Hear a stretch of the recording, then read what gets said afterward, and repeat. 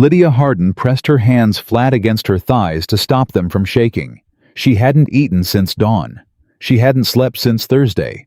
And now in the grandest dining hall in Albemarle County, her uncle had pointed her to a chair wedged between the servant's door and the coal bucket and smiled while he did it. She sat down anyway, because Arthur needed her to. If this story moved something in you, subscribe to this channel, follow along to the very end, and drop a comment telling me what city you're watching from. I want to see how far this story travels.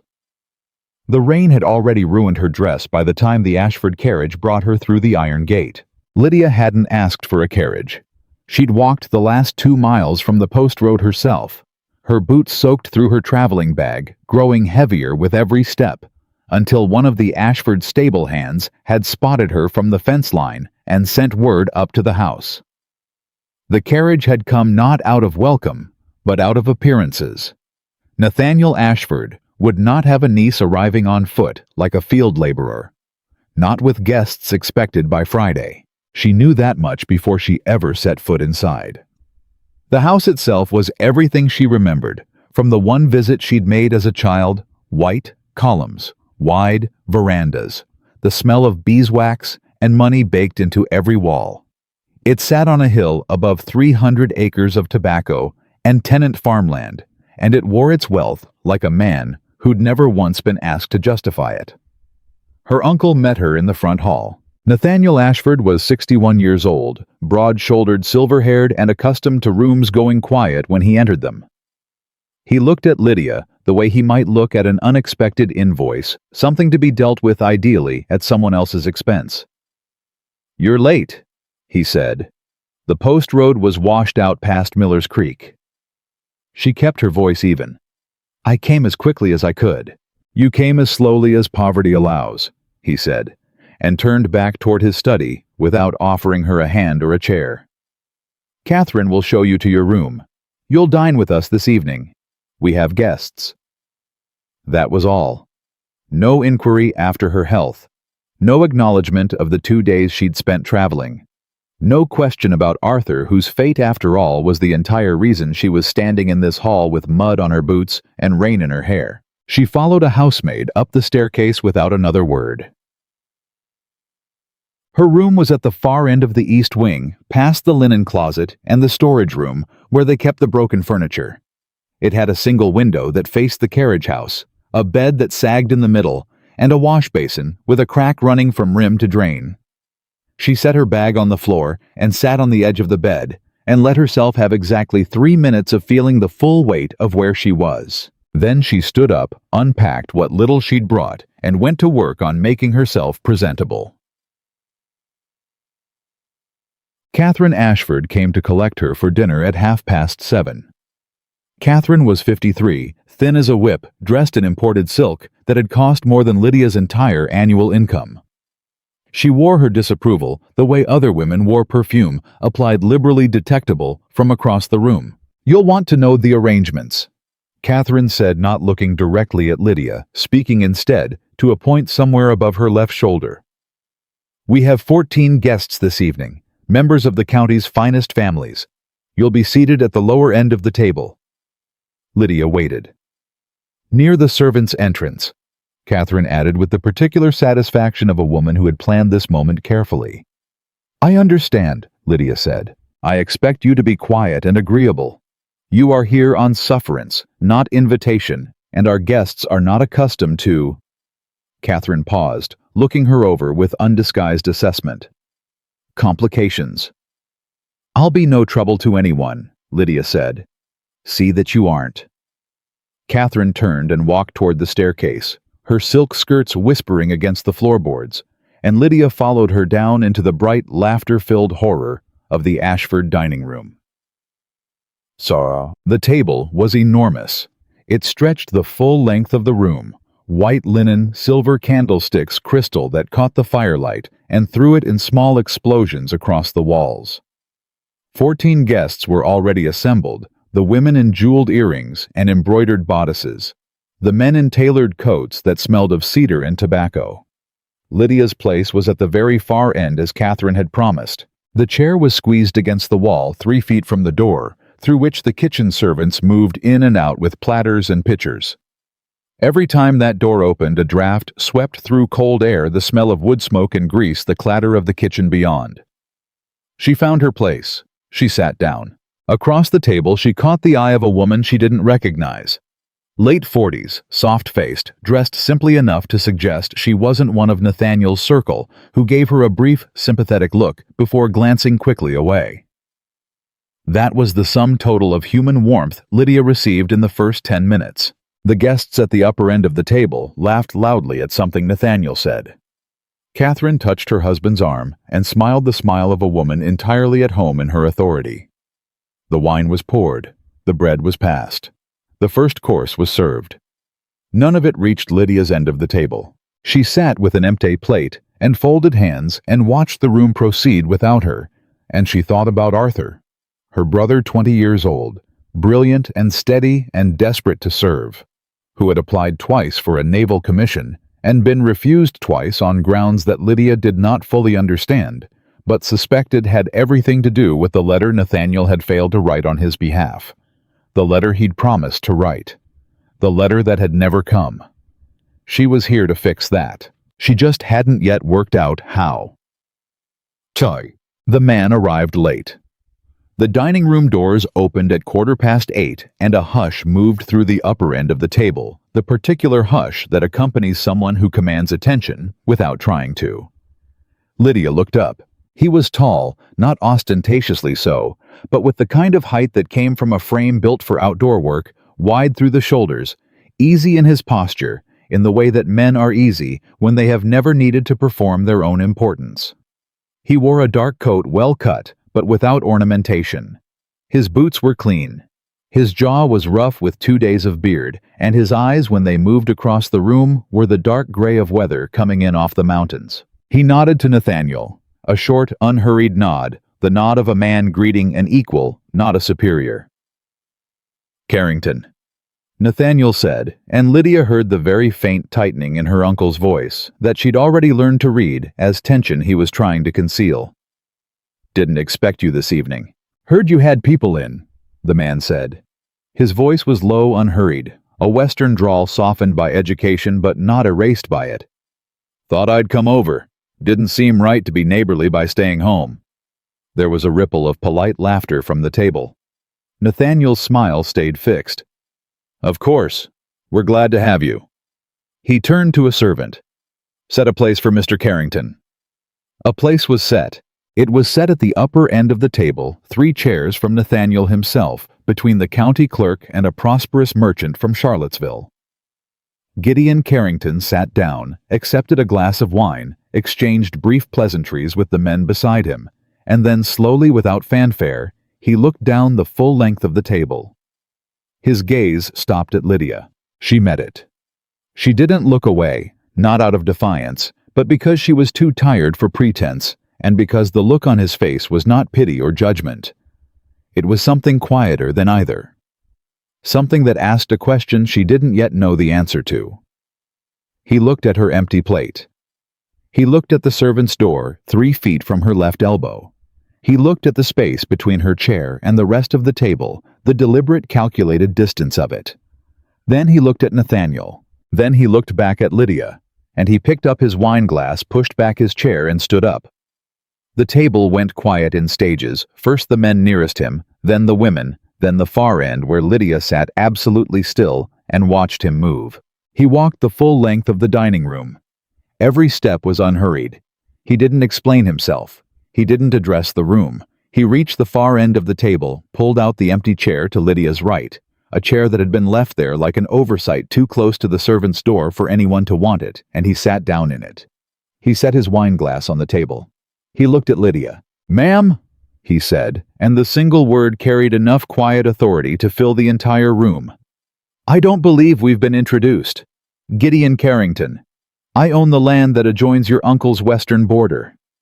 Lydia's voice, when it came, was steadier than she had any right to expect. "Lydia Harden," she said. "Nathaniel Ashford is my uncle." "I know who he is," Gideon said simply. He turned to the servant nearest them. "Miss Harden and I will need the first course, both of us. The servant looked toward the upper end of the table. Catherine Ashford's expression had gone very still. "Both of us," Gideon said again, and his voice didn't rise, but something in it closed the matter entirely. The servant moved. No one at the upper end of the table said anything for a long moment. Then Nathaniel laughed, a short social sound, the kind designed to suggest that whatever had just happened was entirely inconsequential. "Gideon has always had his own way of doing things," he said to the table, spreading his hands with practiced ease. "Comes from running an estate without a wife to civilize him, I expect." The laughter that answered him was uncertain, too quick, too willing. Gideon didn't respond. He was listening to Lydia. "You didn't have to do that," she said quietly, low enough that only he could hear. "Reckon I know that," he said. "It'll cause talk." "Talk's cheap," he said. "So's cruelty when it costs the person doing it nothing." She looked at him, then really looked at him, the way she hadn't allowed herself to look at anything in this house since she'd arrived. He was watching the room with the steady attention of a man who had made a decision and was entirely untroubled by it. "Why?" she said. He turned to her. "Why what?" "Why do that? You don't know me." He was quiet for a moment. Then, "I know what an empty plate means when every other plate at the table is full, and I know what it means to put a woman's chair next to a servant's door." He picked up his fork. "That's enough." She didn't answer. She wasn't sure she could. The first course arrived for both of them, and Lydia Harden ate her first hot meal in 2 days and kept her back straight and her face composed, and across the length of the table, Catherine Ashford watched with a smile that had become something very different from the one she'd been wearing all evening. After dinner, the guests moved to the parlor. Lydia stayed near the edge of the room, present visible, but keeping herself out of the path of conversation. It was a skill she'd developed over years of navigating rooms where she was not entirely welcome. You stayed close enough to the walls that no one could put you in a corner, and you watched, and you learned what you could. What she learned in the first 20 minutes of that parlor gathering was this: Nathaniel Ashford was afraid of Gideon Carrington. Not openly, not in a way that any casual observer would have identified. But Lydia had spent years learning to read the faint tells of men who held power. They were not entirely secure in, and she could see it now, the way her uncle laughed. A half beat too quickly at everything Gideon said, the way he angled himself into the man's eye line and then just as quickly angled away. The way Catherine moved through the room, steering other guests as if she were building a wall of people between Nathaniel and Gideon that Gideon could simply choose not to notice. She wondered why.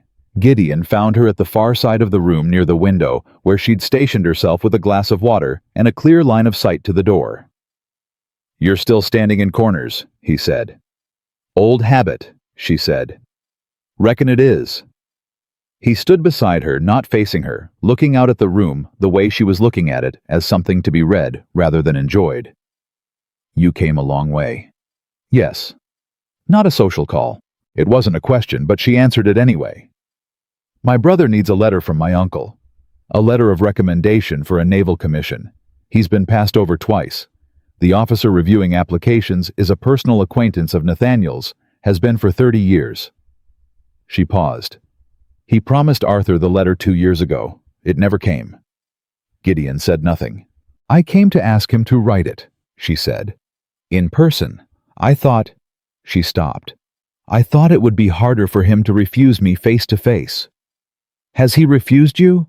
"He hasn't given me the opportunity to ask. I've been here 6 hours and have not been alone with him for more than 30 seconds. She kept her voice level. "Catherine ensures that."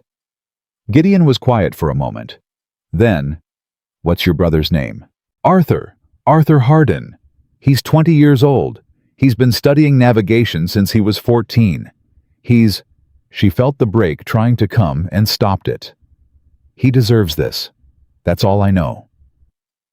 Gideon turned to look at her, then a full direct look, the kind that didn't offer sympathy, but offered something more solid than sympathy. Attention, consideration. "All right," he said. "All right what?" "All right, let's talk about what needs to happen." He reached into his coat pocket and produced a small leather notebook worn at the corners. "Tell me everything you know about the commission. The officer's name, the timeline, what's been said and what hasn't." She stared at him. "Why would you want to know that?" "Because information is how problems get solved," he said simply. "And because your uncle has been mishandling tenant leases on this estate for 4 years, which is a conversation I've been meaning to have with him in front of a magistrate." He met her eyes steadily. "Reckon we might be useful to each other, Miss Hardin, if you're willing." She held his gaze for a long moment. Outside through the parlor window, she could see the dark outline of the Ashford fields stretching toward the hill land that should have been working in the interest of the families who farmed it and wasn't. Land managed by a man who smiled at his guests and starved his tenants and let his nephew's naval commission rot in a drawer out of nothing more than laziness and self-interest. "Captain Elias Monroe," she said. "He reviews applications for the Mid-Atlantic Naval District out of Washington City. My uncle has known him since the war. The last time Arthur applied, the rejection letter cited insufficient character references. No reason was given for why my uncle's reference was not submitted." Gideon wrote in his notebook. His handwriting, she noticed, was small and precise. "And when is the next review window?" "September," she said. 3 months. He nodded. He put this notebook back in his coat. He looked at the room at Nathaniel, laughing at the center of it, filling the space with the particular loud ease of a man who had never doubted his own authority. "3 months is enough time," Gideon said. "Enough time for what?" He looked at her. "To make him write it," he said. "And to make sure he doesn't have a choice." The parlor was warm and well lit, and full of the low, satisfied sounds of comfortable people in comfortable company, and Lydia Hardin stood at the edge of it with a man she'd met 2 hours ago, and felt for the first time since she'd walked through the iron gate that the ground under her feet might actually hold. "Mr. Carrington," she said. "Gideon," he said. She looked at him. "Gideon," she said. And the night moved on around them, and neither one of them looked away. Lydia did not sleep that night. She lay on the sagging mattress in the east wing and stared at the ceiling and turned everything over in her mind, the way she turned coins when she was counting what little she had left carefully, thoroughly, with no illusions about the total. Gideon Carrington had said 3 months was enough time to make Nathaniel write the letter.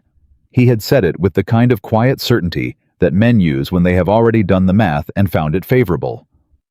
But Lydia had grown up watching men speak with that same certainty about things they ultimately failed to deliver, and she had learned the hard way that confidence was not the same as competence, and a promise made in a warm parlor, at the end of a dinner party, was worth considerably less than it felt in the moment. And yet, she kept coming back to his face when he'd looked down the table at her, the way he hadn't hesitated, the way he'd picked up his glass and walked the length of that room without a single glance toward Nathaniel for permission or approval. That wasn't performance. She'd seen enough performance to know the difference. That was a man acting from something settled and internal, something that didn't require an audience to hold its shape. She didn't know what to do with that. She fell asleep just before dawn and woke 2 hours later to the sound of the kitchen staff beginning their work below, and she dressed and went downstairs before Catherine could find her first. Gideon arrived at the Ashford estate at 9:30 the following morning. Lydia heard his horse before she saw him, the particular rhythm of a rider who knew where he was going and wasn't in a hurry about it. She was in the side garden, having taken her breakfast outside to avoid the dining room, and she looked up from her cup and watched him dismount at the front gate and tie the reins to the post, with the easy familiarity of a man who had done it 100 times. He spotted her immediately.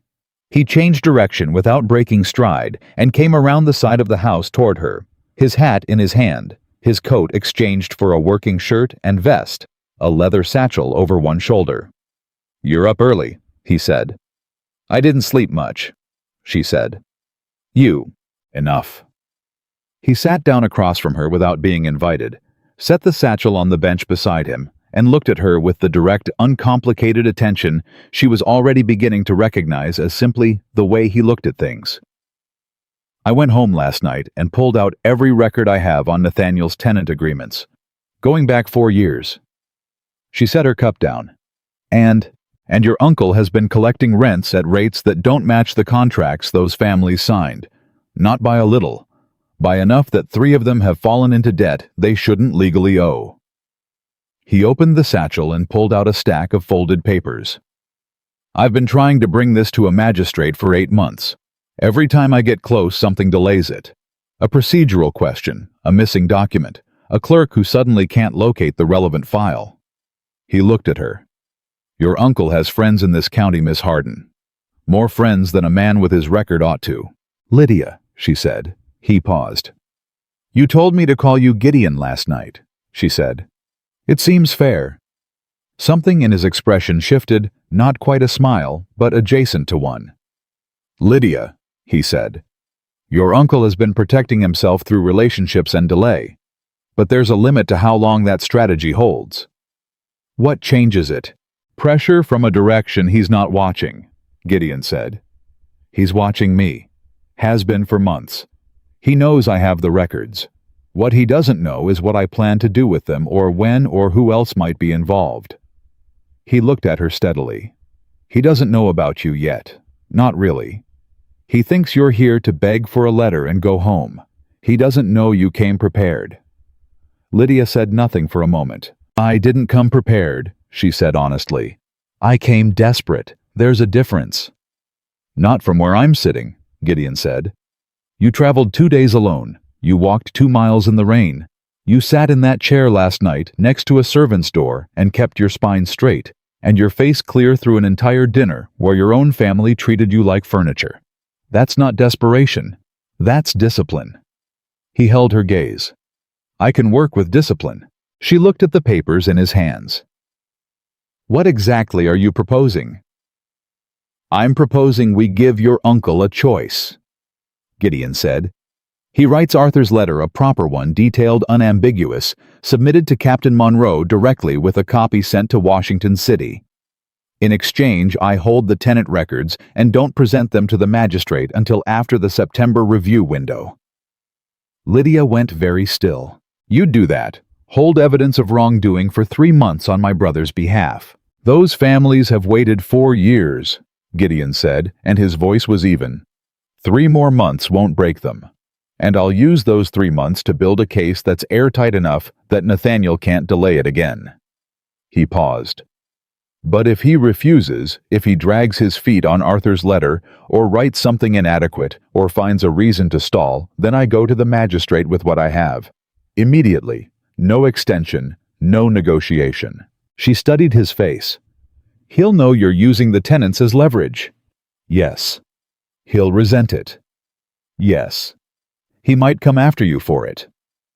He's welcome to try, Gideon said with the flat, unconcerned certainty of a man who had already evaluated that possibility and found it untroubling.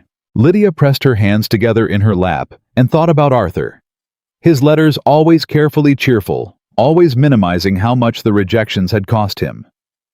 She thought about the look on his face the last time she'd seen him standing in the doorway of their small house in Fredericksburg, trying not to let her see how much this mattered to him.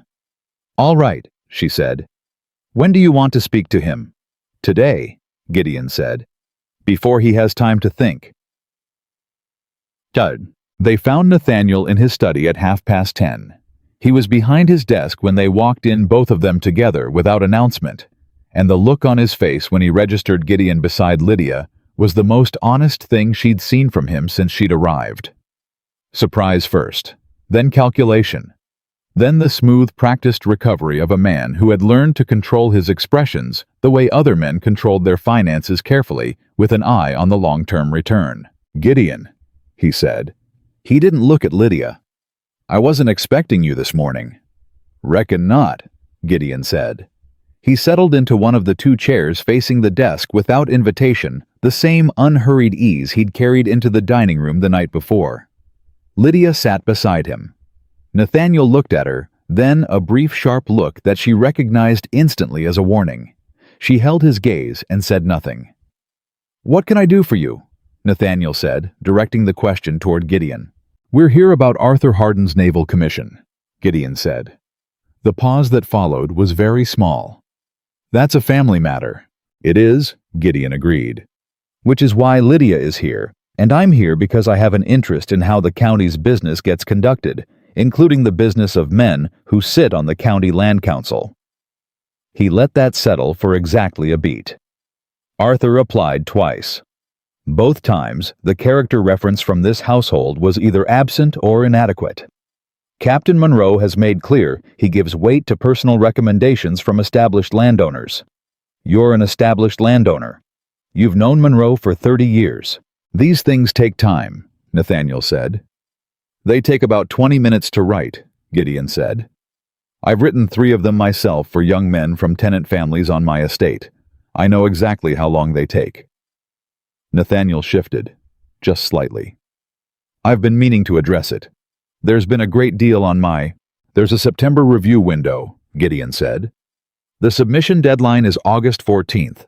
That's 10 weeks from today. He reached into his satchel and placed a single sheet of paper on the desk, a draft Lydia realized a template he'd prepared. This is the format Captain Monroe uses. All your uncle needs to do is fill in the specific details and sign it. Nathaniel looked at the paper. He did not touch it. You came into my home, he said, and his voice had dropped into something colder, something stripped of social lubrication, and you're telling me how to conduct my family affairs. I'm offering a solution to a problem that's caused unnecessary hardship, Gideon said. To a young man who's done nothing wrong and deserves better than to be held back by a letter that cost you nothing to write. And if I decline to be instructed in my own study? Gideon looked at him for a long moment. Then we'd have a different conversation, he said. One about the tenant rent agreements from 2084 through this past spring. The ones where the collection figures don't match the signed contracts.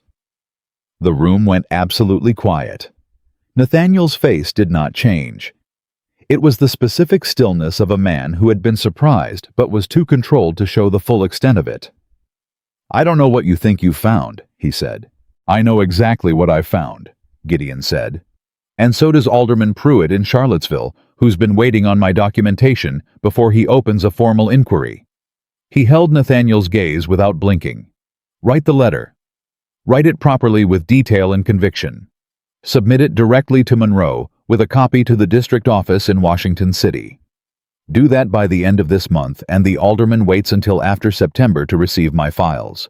You're threatening me, Nathaniel said. I'm giving you a choice, Gideon said.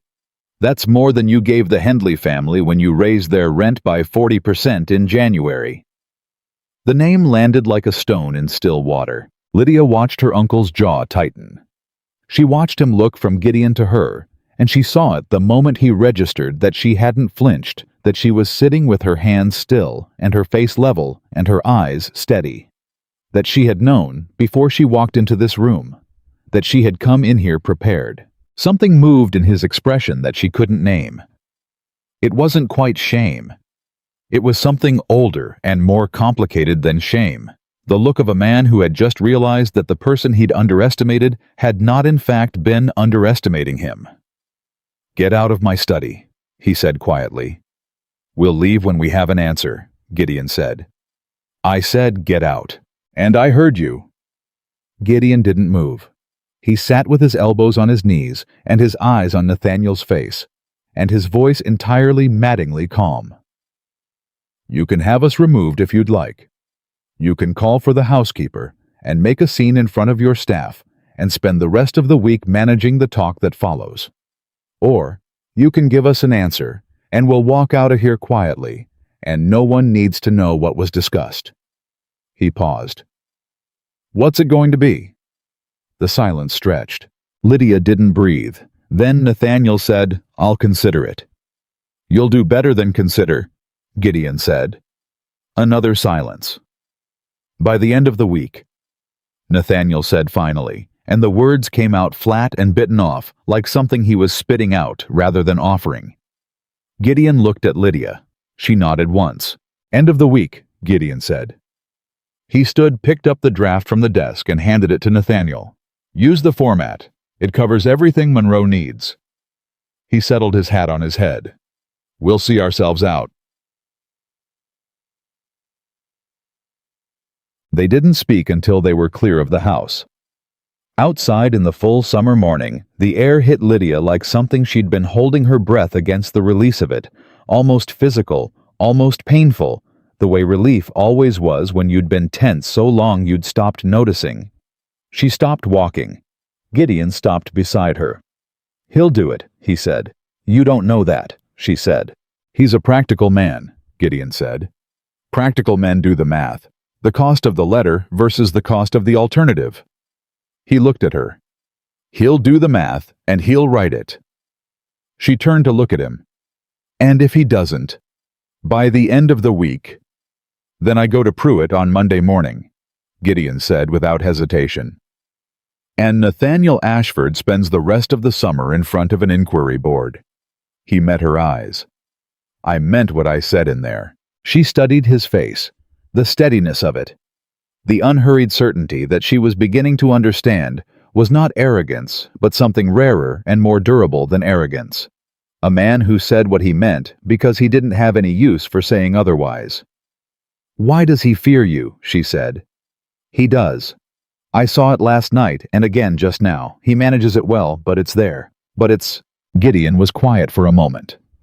18 months ago, I testified at a land dispute hearing in Charlottesville. The man on the other side of that dispute had 4 county councilmen in his pocket. He'd been operating the same way your uncle operates, using connections and delays to avoid accountability. He looked out at the fields. He lost. It cost him 1/3 of his holdings. He paused. "Your uncle was in the gallery that day, watching." Lydia absorbed this. "So he knows what you're capable of," she said. "He knows what the truth is capable of," Gideon said, "when someone takes the trouble to document it properly and stand behind it." She said nothing for a moment. The morning moved around them. The sounds of the estate at work, horses in the paddock, voices from the kitchen yard, the ordinary industry of a household that had no idea what had just happened in the study at its center. "I want to see the tenant records," Lydia said. Gideon looked at her. "The ones you have on my uncle," she said. "I want to understand what he's done, not just for Arthur's sake."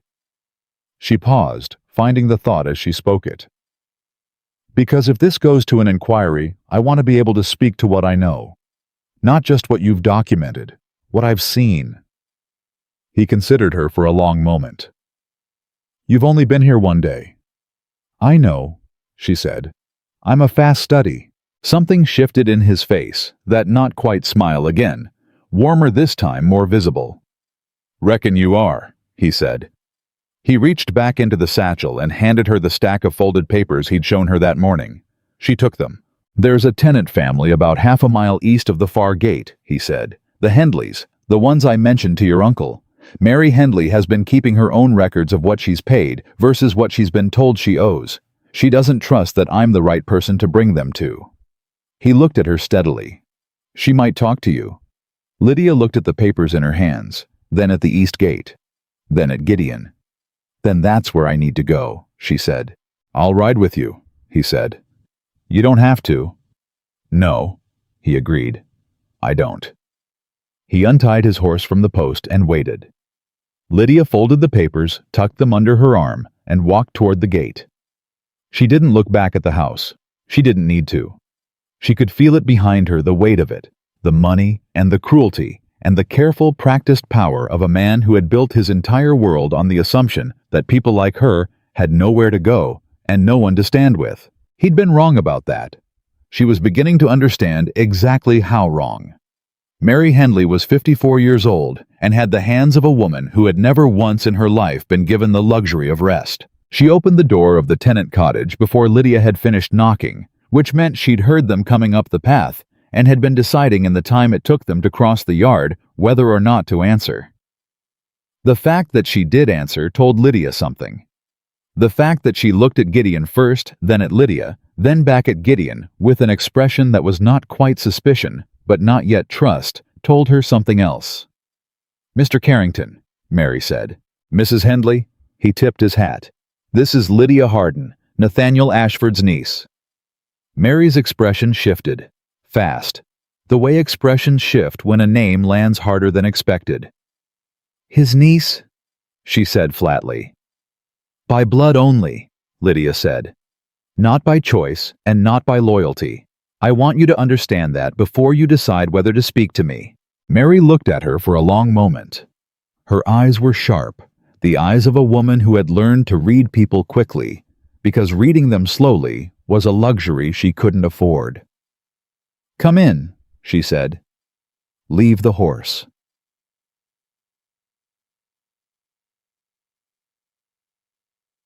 The inside of the cottage was small and scrupulously kept, and Mary Henley moved through it with the efficiency of someone who had learned to maintain order under conditions that worked constantly against her.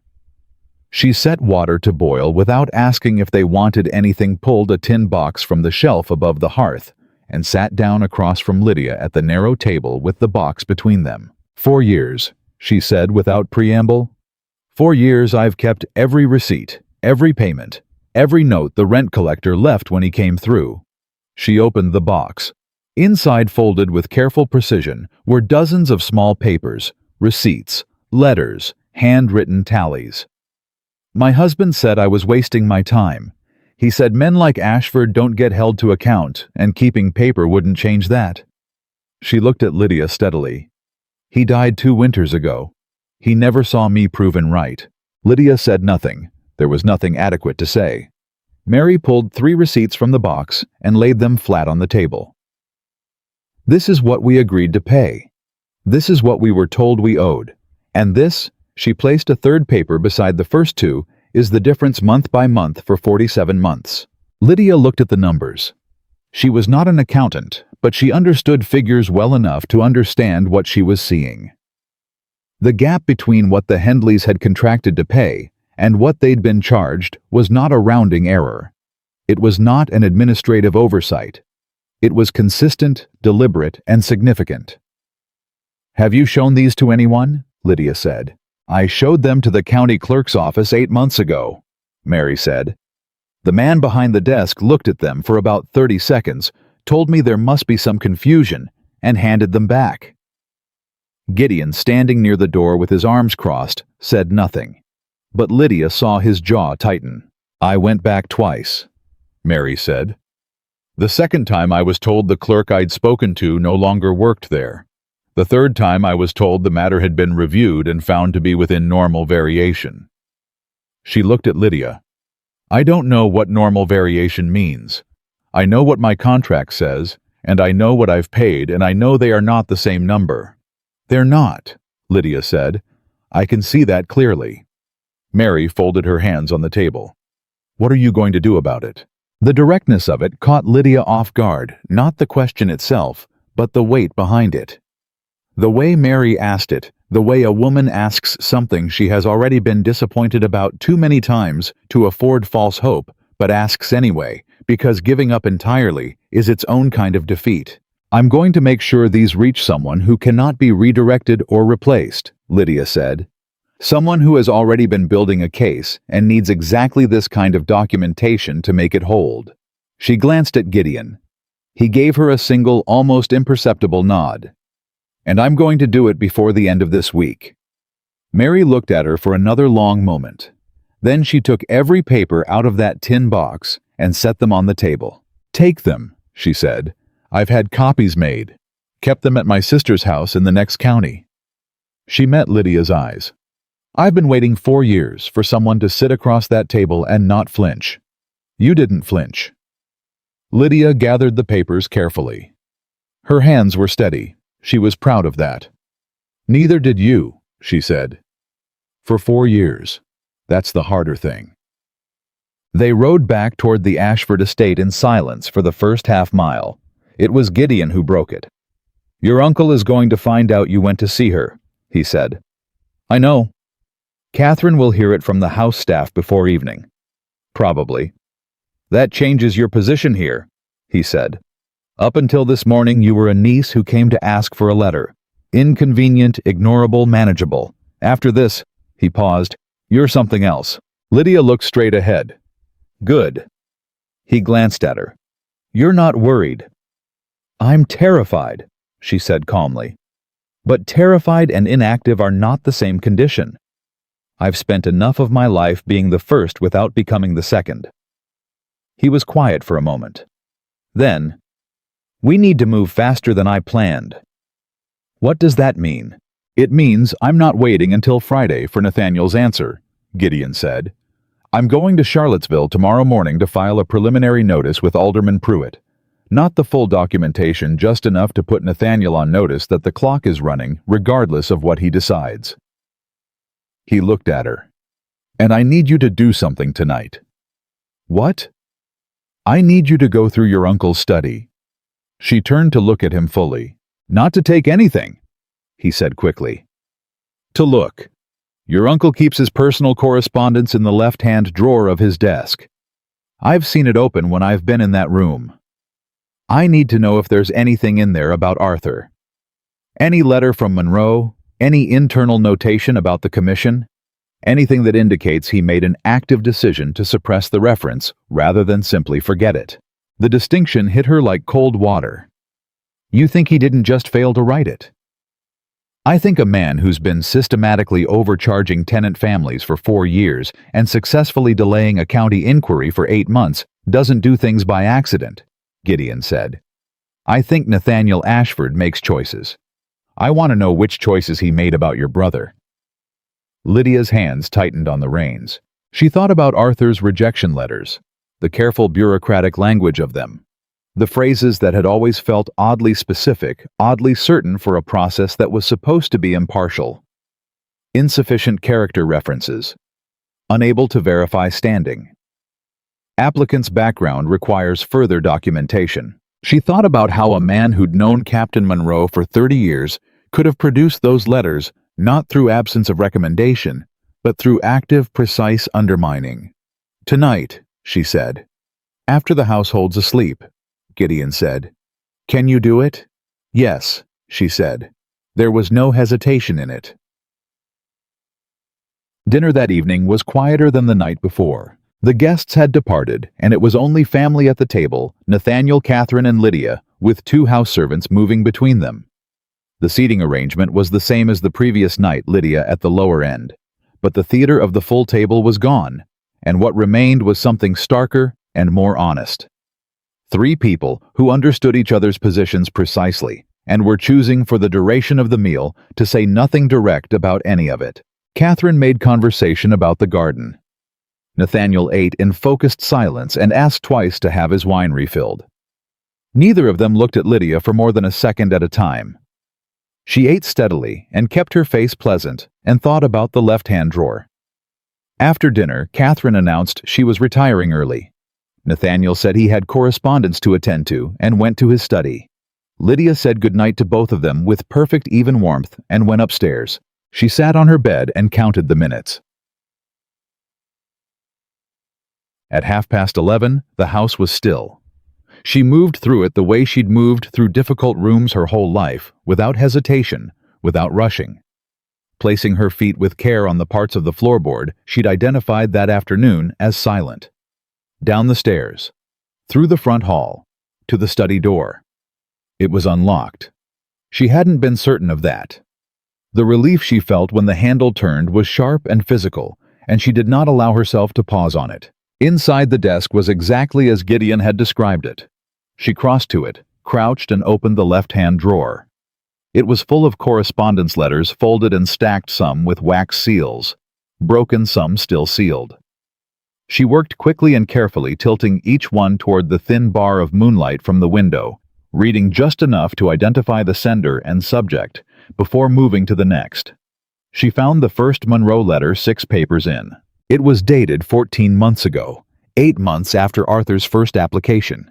She read it once, then again, and then she sat very still on the floor of her uncle's study, with the letter in her hands, and felt something settle into place inside her chest, with a weight that was not quite anger, and not quite grief, but contained the specific gravity of both. Monroe had written to ask why Nathaniel had not submitted a reference for Arthur Hardin's first application, noting that the young man's technical qualifications were strong, and that a character reference from Nathaniel would have likely secured his position. Nathaniel had replied she found his draft copy, 2 letters further down, that he could not in good conscience recommend an applicant whose family circumstances made him, in Nathaniel's assessment, an unsuitable candidate for a commission of public trust. Family circumstances. Not competence, not character, not anything Arthur had done or failed to do. Family circumstances which meant poverty, which meant Lydia, which meant the fact that Arthur Harden had a sister who had refused twice in the preceding years to accept her uncle's management of the small inheritance their mother had left them, and had instead engaged a Fredericksburg solicitor to audit the accounts, and had recovered through that audit $63 that Nathaniel had quietly absorbed into his own records. He had punished Arthur for Lydia's refusal to be cheated. She folded both letters with hands that were entirely steady.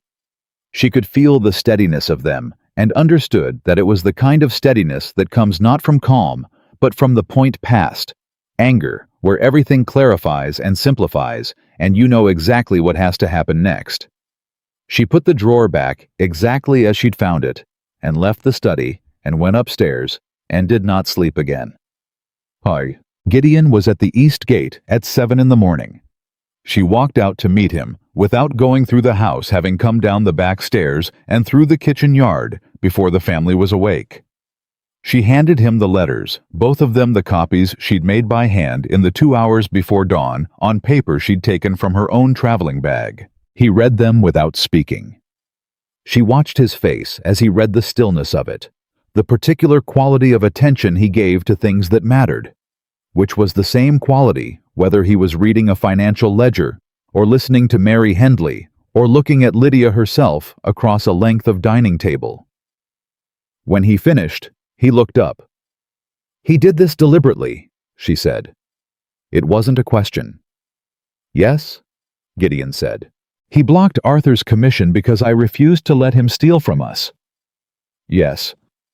"That's—" She stopped, started again. "That's not negligence. That's retaliation. Against a 20-year-old boy who had nothing to do with an audit that I initiated." "Yes," Gideon said. "It is." She looked at him. "This changes what we're asking for." "It does," he said. "We're not asking him to write a letter anymore. We're telling him that what he did constitutes a deliberate act of harm against a third party for personal grievance, and that if Arthur does not receive his commission, not just the reference, the actual commission, then this correspondence goes to Monroe directly, along with an explanation of why it was suppressed." He held her gaze. Monroe is a naval officer. He spent 20 years enforcing codes of conduct. He will not look kindly on a personal associate using a commission process as a vehicle for private retaliation. Lydia's heart was beating very fast. "When do we go back in?" "Now," Gideon said, "before he's had time to plan." She turned toward the house. "Lydia." She stopped. "Whatever happens in there," he said, "you don't owe him composure. You've earned the right to be angry." She looked back at him. The morning was bright and warm and full of the ordinary sounds of a summer estate at the start of its day, and she stood at the east gate of her uncle's property with 2 copied letters in her hand, and 4 years of Mary Hendley's receipts in the satchel over Gideon's shoulder, and the full, finally unambiguous knowledge of what had been done to her brother, and why. "I know," she said. "But I'm going to use the anger. I'm not going to let it use me." Gideon looked at her for a moment. "All right," he said quietly. And then, "Let's go." They walked toward the house together, and the door ahead of them was the same door it had always been, and Lydia Harden was not the same woman who had walked through it 2 days ago, in wet boots, hungry, and braced for humiliation. She knew what had been done. She knew who had done it. She knew exactly what it was going to cost him, and she walked straight toward it without breaking stride. Nathaniel was at breakfast when they walked in. He had a cup of coffee in one hand and the Virginia Gazette in the other, and the domestic ordinariness of it.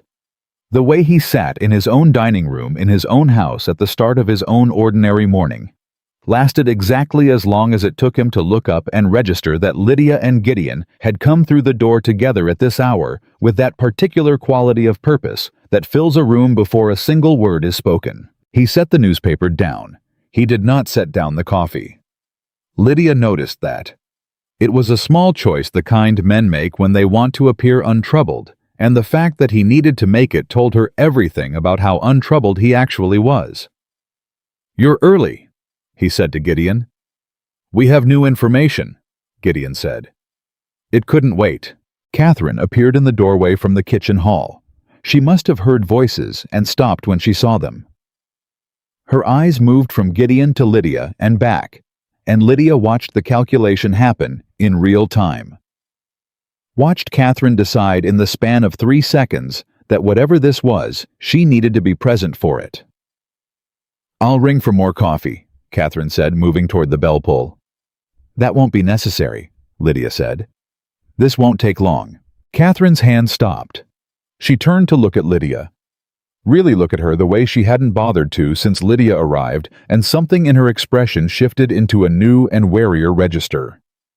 Lydia placed the 2 copied letters on the breakfast table, flat, centered, where Nathaniel could not avoid seeing them without visibly avoiding them.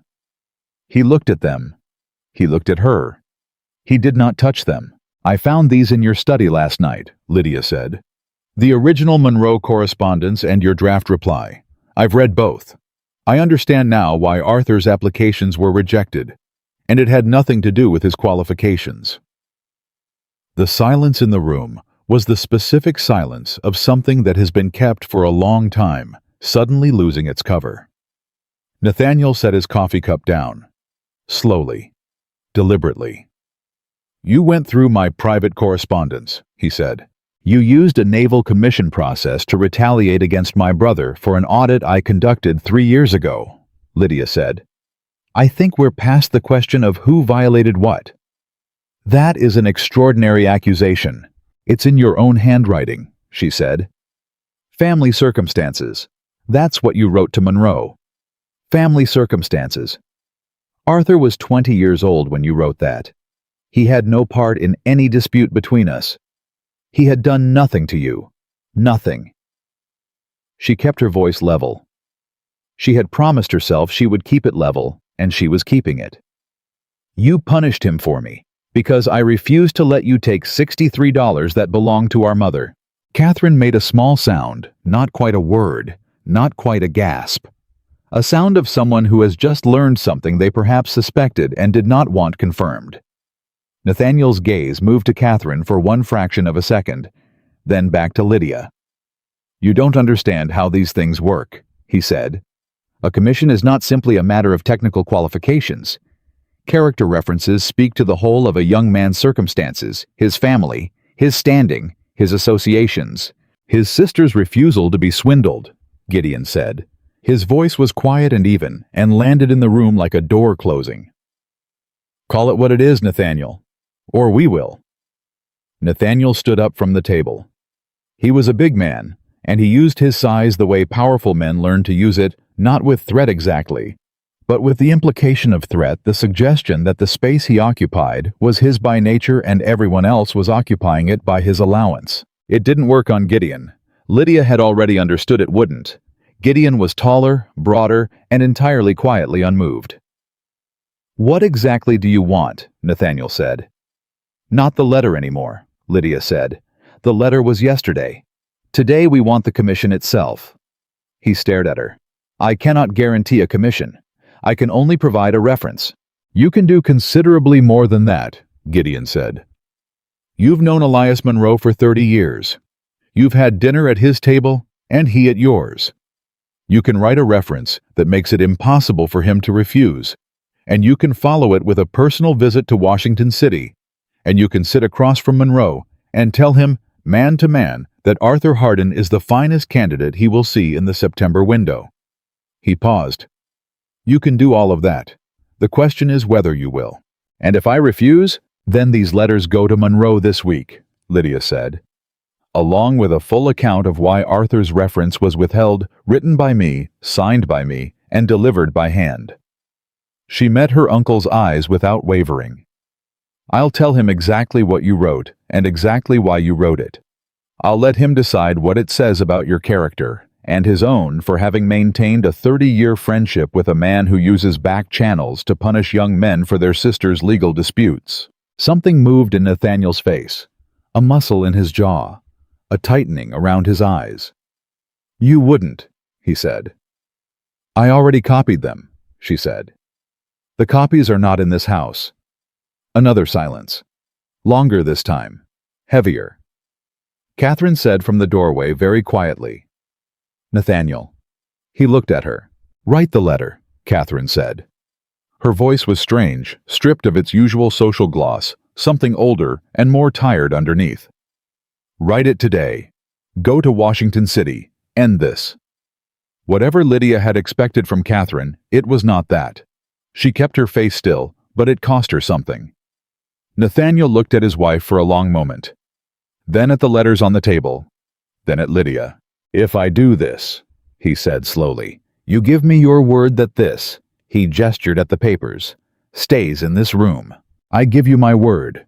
Lydia said, that if Arthur receives his commission before the September review closes, these copies remain private, all of them, the Monroe correspondence and the tenant records. She felt Gideon's attention on the side of her face and did not look at him. But if anything delays it, any procedural issue, any unexplained complication, any reason that Arthur's name does not appear on the September appointments, then every document we have goes to the alderman and to Monroe the same day. Nathaniel was quiet for what felt like a very long time. Get out of my dining room, he said finally. I need to think. You have until noon, Gideon said. We'll be at my estate. Send word when you've decided. He touched the brim of his hat, turned, and walked out. Lydia gathered the copied letters from the table, held her uncle's gaze for one final moment long enough to make absolutely certain he understood that she was not afraid of him, and had not been not, since the moment she'd read those letters on the floor of his study. And then she followed Gideon out of the room. They were halfway to Gideon's estate when the full weight of what had just happened settled onto her shoulders. She didn't say anything for a long time. Gideon didn't push her. He rode beside her at an easy pace and let the silence sit between them without trying to fill it, which was something she was coming to understand as one of his more uncommon qualities.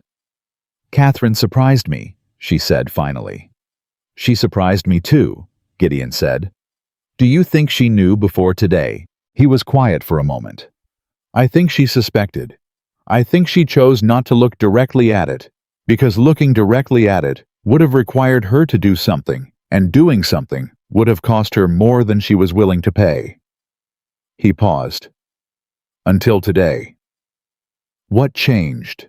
You walked into her dining room with the evidence in your hands and your spine straight and your voice steady, Gideon said, and she saw that the cost of protecting him had finally exceeded the cost of not protecting him.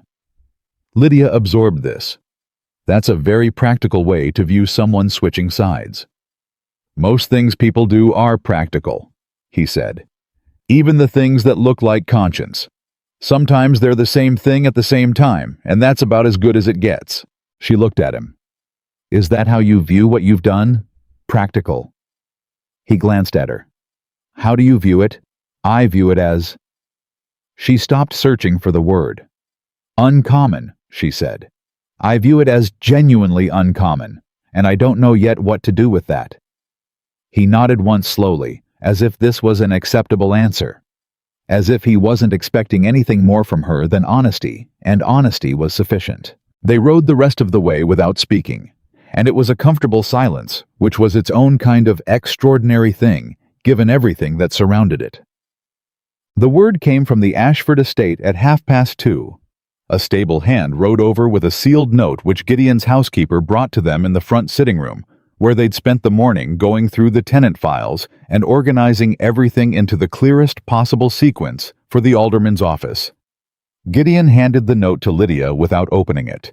She broke the seal. Read it once. Read it again. He'll do it, she said. He's writing the letter this afternoon. He leaves for Washington City on Thursday. She set the note on the table. She had thought she would feel more when this moment came. She had imagined relief like a floodgate opening, or triumph like something sharp and bright, or even just simple joy. What she felt instead was something quieter and more complicated, the particular emotional texture of something being corrected that should never have been wrong in the first place. Not victory. Restoration. It's not over. Gideon said gently. Not until the commission is confirmed. I know, she said. But it's something. It's movement. She looked at her hands. 3 days ago, I was walking in the rain with no plan and no allies and no idea how I was going to get my uncle to do what he'd promised my brother 2 years ago. She looked up. And now I have records and testimony and evidence of wrongdoing that can be brought forward if needed, and the reasonable expectation that Arthur will receive what he deserves. She paused. That's not nothing. No, Gideon said. It's not nothing at all. She looked at him. I need to write to Arthur today. He doesn't know I'm here. He doesn't know any of this. There's paper and ink in the study, Gideon said. Take as long as you need. She stood up, stopped, turned back. Gideon, she said. He looked up from the files. Why did you keep those tenant records? She said. You could have presented them to Pruitt 8 months ago and let the process move at its own pace. You held on to them. You kept building the file. She met his eyes. Why? He was quiet for a moment. Because presenting something incomplete gives the other side room to dismantle it, he said. I wanted it to be airtight before it went anywhere. Every number matched every name, confirmed every date verified. He paused. And because I wasn't certain 8 months ago that Pruitt would act on it. He's a decent man, but a cautious one. I needed the case to be so clear that caution became impossible. And is it clear enough now, after what Mary gave us yesterday?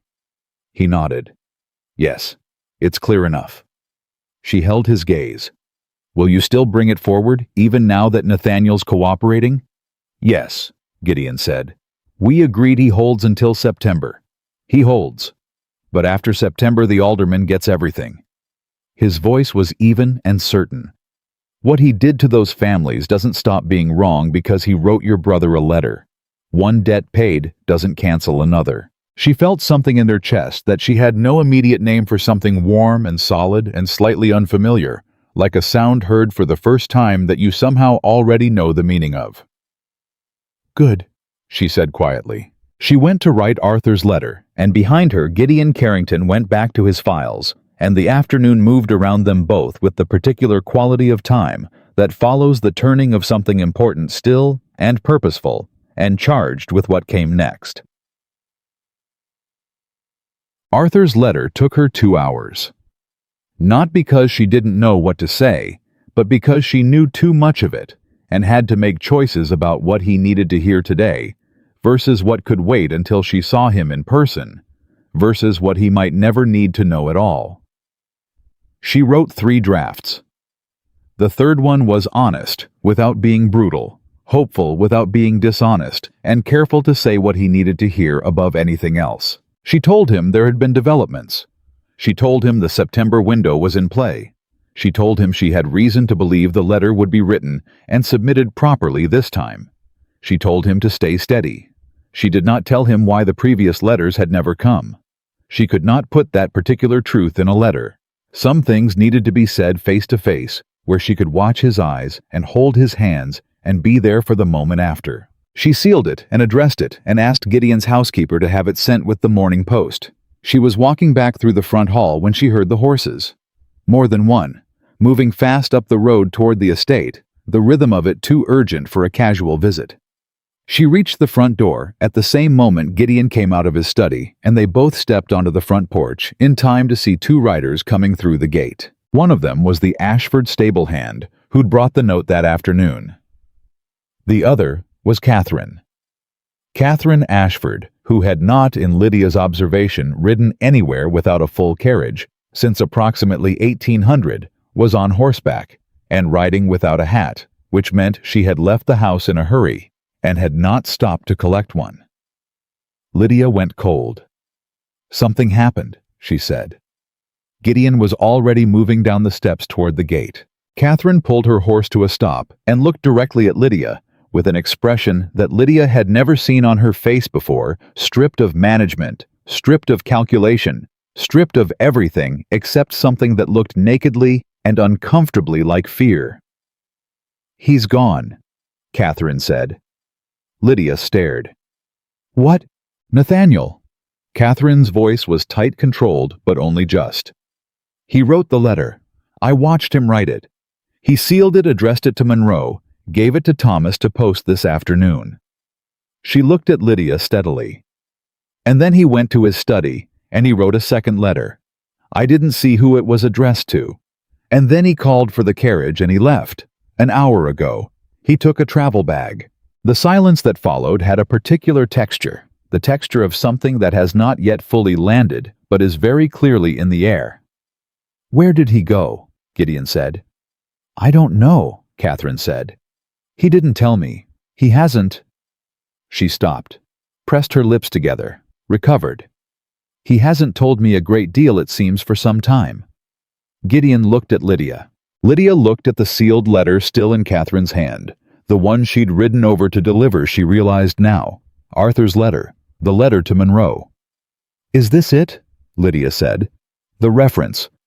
I made Thomas give it back before he posted it, Catherine said. I needed you to see it first, to know it was real, to verify it says what it should say before it goes anywhere. She held it out to Lydia. Lydia took it. She looked at Gideon. He nodded once. She broke the seal. She read it standing on the front steps of Gideon Carrington's house in the full afternoon sun, and she read every word twice, and when she looked up, her eyes were bright and her jaw was set, and she said, It's real. It's everything it needs to be. She looked at Catherine. Thank you, she said, for bringing it yourself. Catherine looked at her for a long moment. Something moved in her face, not quite an apology, because Catherine Ashford was perhaps not capable of one, or perhaps not yet, but something adjacent to it, something that acknowledged without words that she had known more than she'd acted on, and had let that stand for too long. See that it gets posted, Catherine said.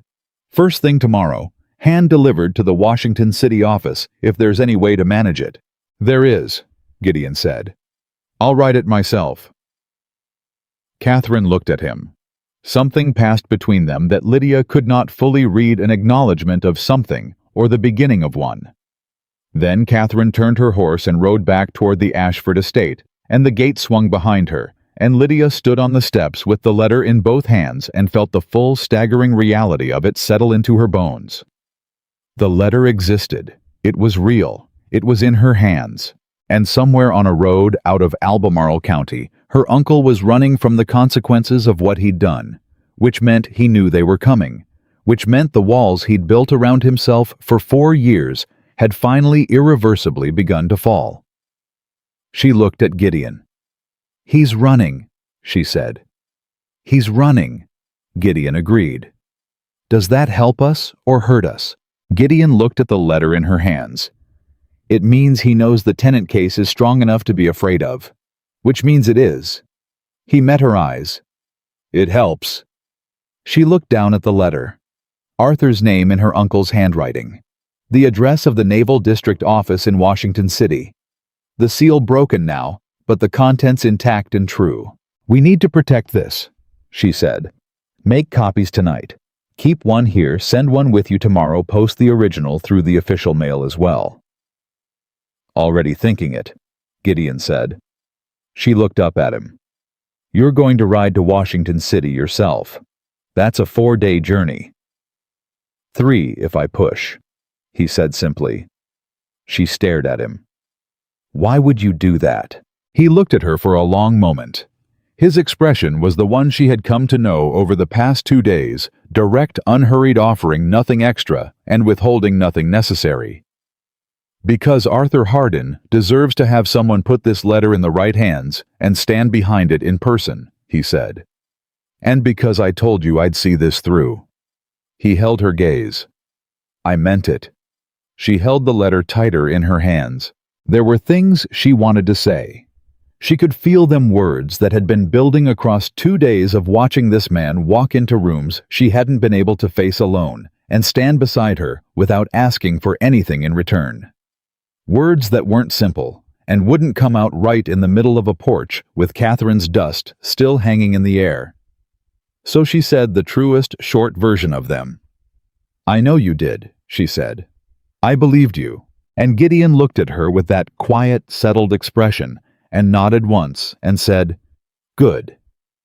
And the afternoon held them both in its long summer light, and tomorrow was already moving toward them with everything it carried, and Lydia Harden did not look away from any of it. Gideon left before dawn.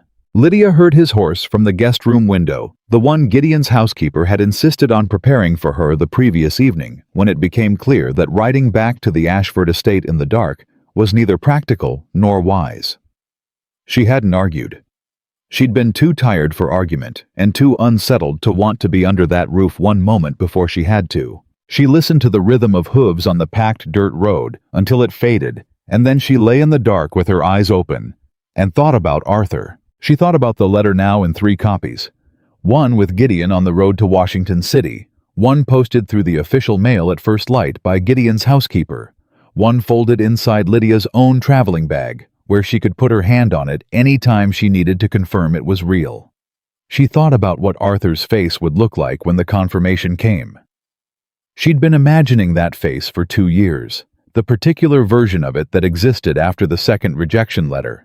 The one he'd tried to hide from her and failed, the way grief always fails to hide from the people who love you best. She was going to give him a different face. That was what all of this had been for. She got up at 6 and dressed and went downstairs and told the housekeeper she'd be walking back to the Ashford estate before breakfast. The housekeeper, a compact, practical woman named Mrs. Farrow, who had clearly worked for Gideon long enough to have absorbed some of his particular quality of directness, looked at her steadily and said, "I'll have coffee ready in 10 minutes. The walk will wait." Lydia sat down and drank the coffee. The Ashford estate was quieter than she'd ever seen it. The carriage was gone. Nathaniel's absence had a physical quality, a specific lightness in the air, the way a storm system feels different once the pressure drops and the worst has passed. 2 housemaids were beating rugs on the south side of the house. A stable hand was moving between the paddock and the barn. The ordinary machinery of the estate continued in the exact same rhythms it always had, entirely indifferent to the upheaval at its center. Catherine was in the front sitting room. She was at the writing desk near the window. Not the decorative position of a woman who wanted to be seen writing, but the focused, slightly hunched posture of someone actually working through something difficult. She looked up when Lydia came in and did not look away again, which was itself a change from every previous interaction they'd had. "You came back," Catherine said. "I still have my things here," Lydia said. "And we need to talk." Catherine set down her pen. She gestured at the chair across from her. Lydia sat. For a moment, neither of them spoke. It was a different kind of silence than the ones they'd shared before, less weaponized, less managed. Something rawer. "Where do you think he went?" Lydia said. "Richmond, possibly," Catherine said. "He has associates there, men who've helped him navigate complications before." She paused on the word complications, with a faint compression of her mouth that suggested she was aware of its inadequacy. "He'll wait until he believes the immediate danger has passed. Then he'll come back, and he'll manage whatever's left to manage. Except this time there's an alderman with a preliminary filing and 4 years of documentation," Lydia said. "There may not be enough left to manage." Catherine's hands folded in her lap tightened. Once, then relaxed. "I know," she said. "Did you know about the tenants?" Lydia asked. Not accusatory, just direct. "The rent discrepancies. Did you know?" Catherine was quiet for a long moment. The kind of quiet that is its own answer. "I knew things weren't consistent," she said finally. "I knew the accounts didn't always match what I understood about the contracts. I asked Nathaniel once about 4 years ago.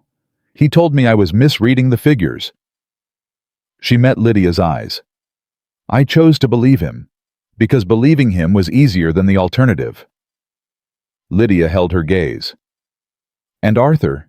"I didn't know about Arthur," Catherine said, and her voice on Arthur's name had something in it that might, in a different woman at a different time, have become an apology.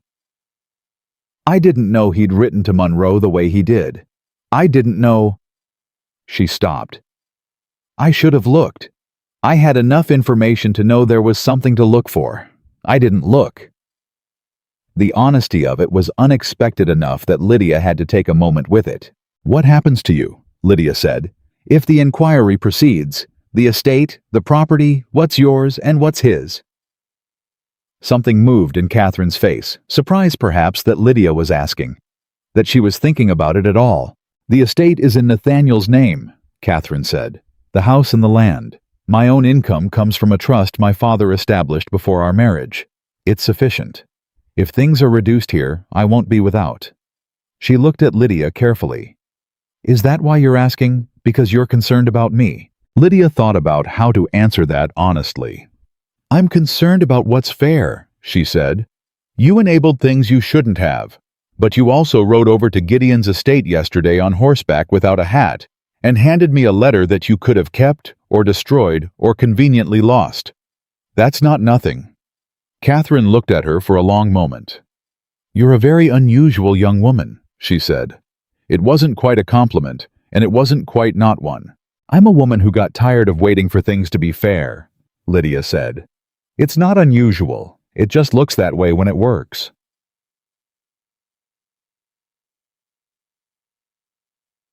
She spent the rest of the morning in her room writing.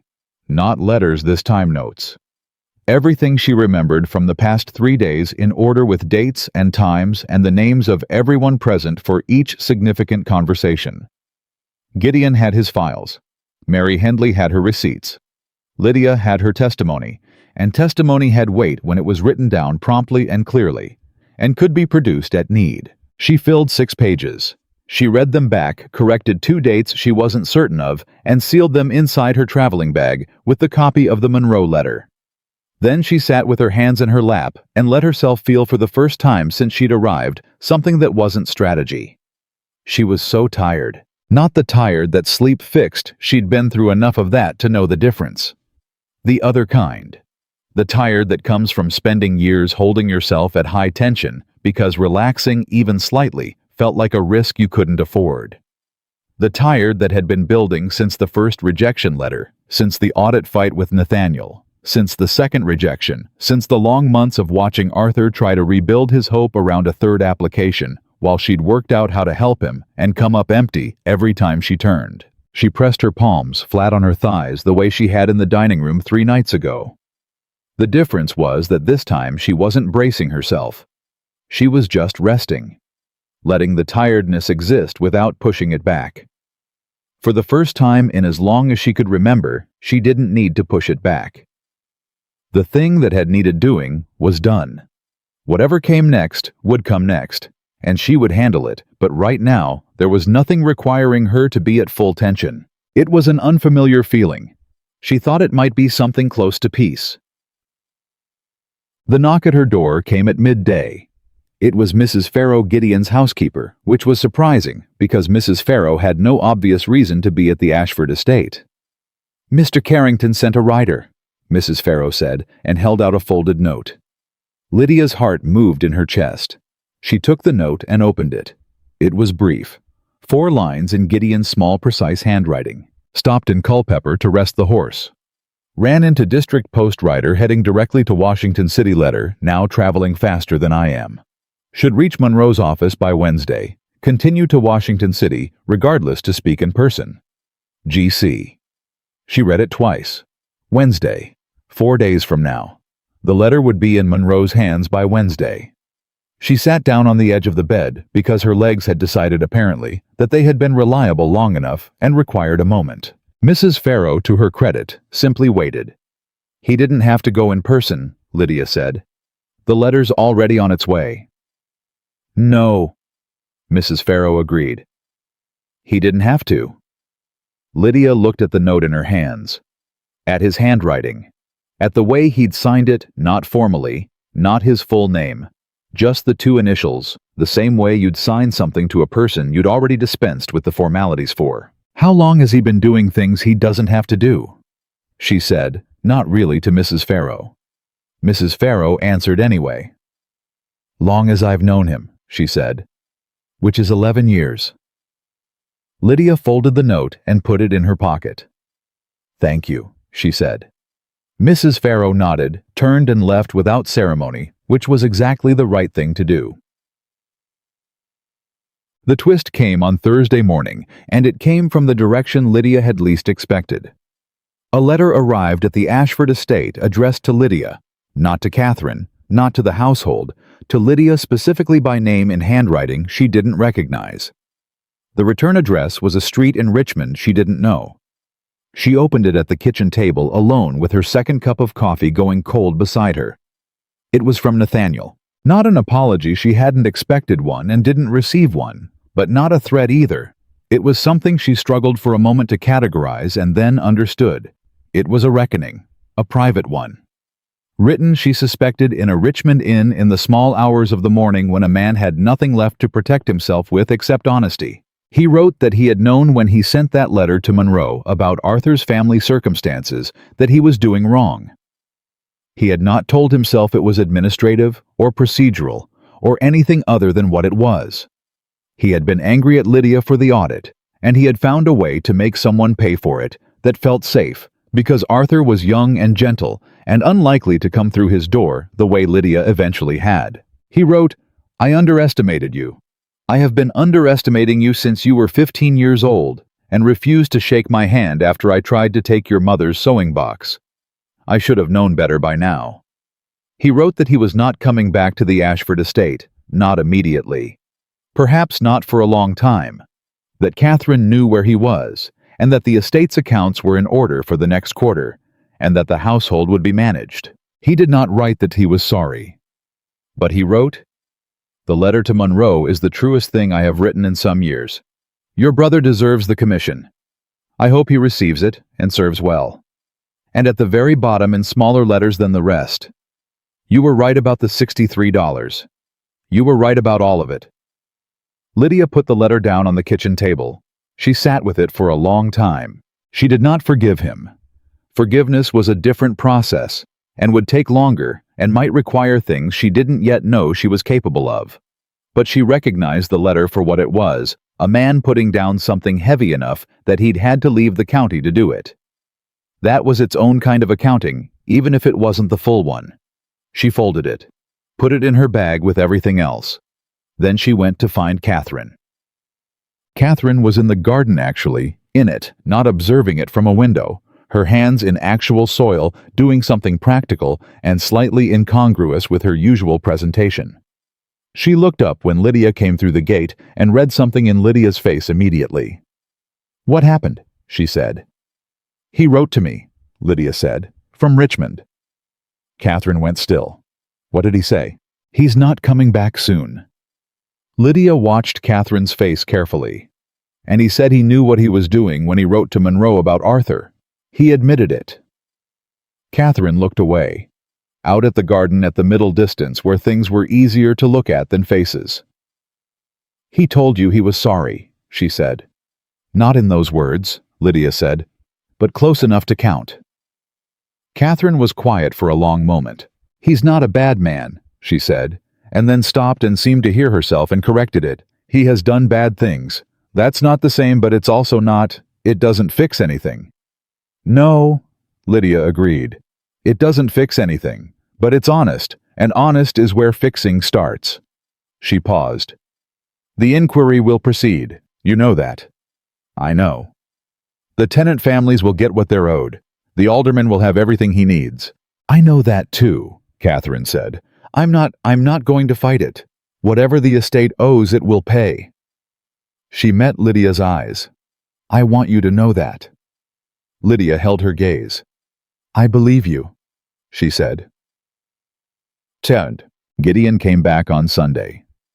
He came through the gate of his own estate in the early evening, and Lydia had been staying at his estate for the past 2 days, at Mrs. Farrow's practical insistence on the grounds that the Ashford household didn't need additional management, and Lydia needed to rest somewhere that didn't carry the specific weight of that dining room and that east wing bedroom. She was on the front porch when she heard him coming. She stood. He looked tired. The 4 days of hard riding were visible in him in the set of his shoulders, and the dust on his coat, and the particular economy of his movements that comes when a person has spent more energy than they had, and is running on the last of what's left. But his face when he looked up and saw her did the thing she was beginning to recognize, that settling that specific quality of arriving somewhere and finding it worth the distance. He tied the horse and came up the steps. "Monroe received the letter Tuesday," he said. "I met with him Wednesday morning. We spoke for 2 hours." She waited. "He's furious at Nathaniel," Gideon said. "Not only for the suppression for the family circumstances language. He said in 30 years of reviewing applications, he has never seen a reference used to that purpose, and he considers it a corruption of the process." He held her gaze. "He moved Arthur's application to priority review. He said barring something extraordinary, he expects to confirm the commission within the month." Lydia pressed her lips together hard. She would not cry on Gideon Carrington's front porch. She had made no such rule about this, and was discovering now that she didn't need one. The feeling that moved through her was too large for tears, too structural, too foundational. It was the feeling of a wall coming down that had been load-bearing for so long, you'd forgotten what the room looked like without it. "Within the month," she said. "His words," Gideon said. "Not mine." She exhaled, long and slow. "Thank you," she said. "That is, there's no version of those words that's adequate. I need you to know I understand that." "You're welcome," he said simply. Not deflecting, not minimizing. Just receiving it the way he received everything directly without performance. They stood for a moment in the evening quiet. "Monroe asked about you," Gideon said. She looked up. "About me. About who'd brought this to light. I told him the outline your uncle's prior conduct, the letter you found, the decision to come in person." He paused. He said, and I'm giving you his exact words, "Tell Miss Harden that her brother is lucky to have someone willing to fight that hard for what's right." Gideon looked at her steadily. "I told him that was true, and that her brother wasn't the only one who'd noticed." The quiet that followed that sentence had a different texture than all the other quiets they'd shared. She looked at him. He looked at her. Neither of them moved. Neither of them looked away. "I've been thinking," he said, "about what comes next. For you. Once Arthur's commission is confirmed, and there's no more immediate emergency requiring your attention in Albemarle County." "I've been thinking about that too," she said. And I don't know," she said honestly. "I go back to Fredericksburg. I tell Arthur in person. I figure out what the next thing is." She paused. "It's the first time in 2 years I've been able to think past Arthur's commission. It's a strange feeling. I'm not entirely accustomed to it." Gideon was quiet for a moment. "I have a proposition," he said. "You don't have to answer it now or soon or at all, but I want to put it on the table." She waited. "The tenant inquiry is going to run for months," he said. "It'll require someone who understands both the documentation and the human reality of what those families have been through. Mary Hendley trusts you. She told me so when I stopped to see her before I left for Washington City. The other families would trust you too, if you gave them the chance." He held her gaze. "I need someone who can sit across from people who've been failed by the system and not look away. Someone with the patience to document correctly and the spine to present it when the time comes." He paused. "I need someone exactly like you.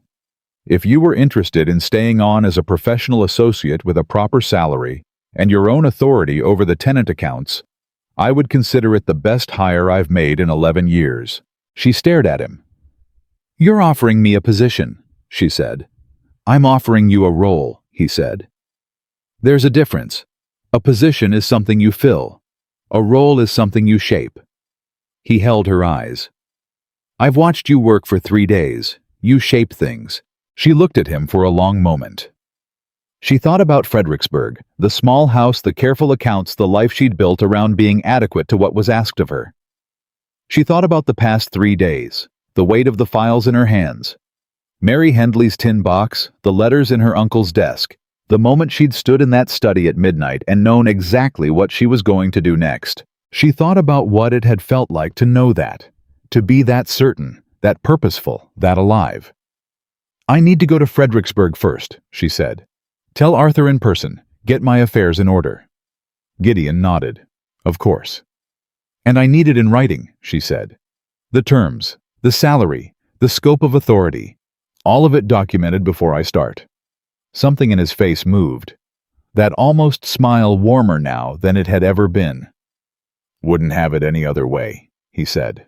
She held out her hand. He looked at it, then at her. Then he took it firm, direct the handshake of two people who have agreed to something real. 2 weeks, she said. I'll be back in 2 weeks. I'll have the papers ready, he said. She released his hand. She picked up her traveling bag from where it waited beside the porch step. She had packed it that morning, ready to go, because she was someone who prepared for the next thing before the current thing finished, and she wasn't going to apologize for it.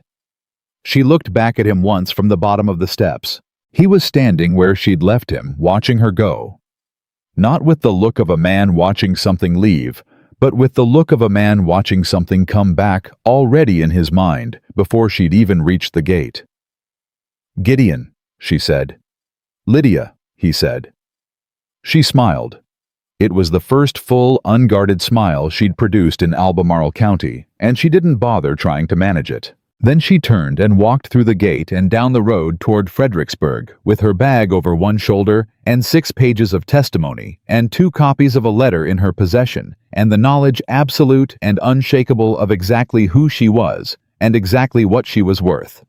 No one had given her that knowledge. She had walked in the rain to find it, and sat in the wrong chair to hold it, and gone into a dark study at midnight to prove it to herself first, and then to every person in that county who had counted on her having nowhere to go and no one to stand with.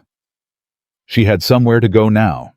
She had built it herself 3 days at a time, one decision at a time, with nothing but the truth and the willingness to use it. And Lydia Harden walked forward into the bright summer road and did not look back, because everything she needed was already in front of her.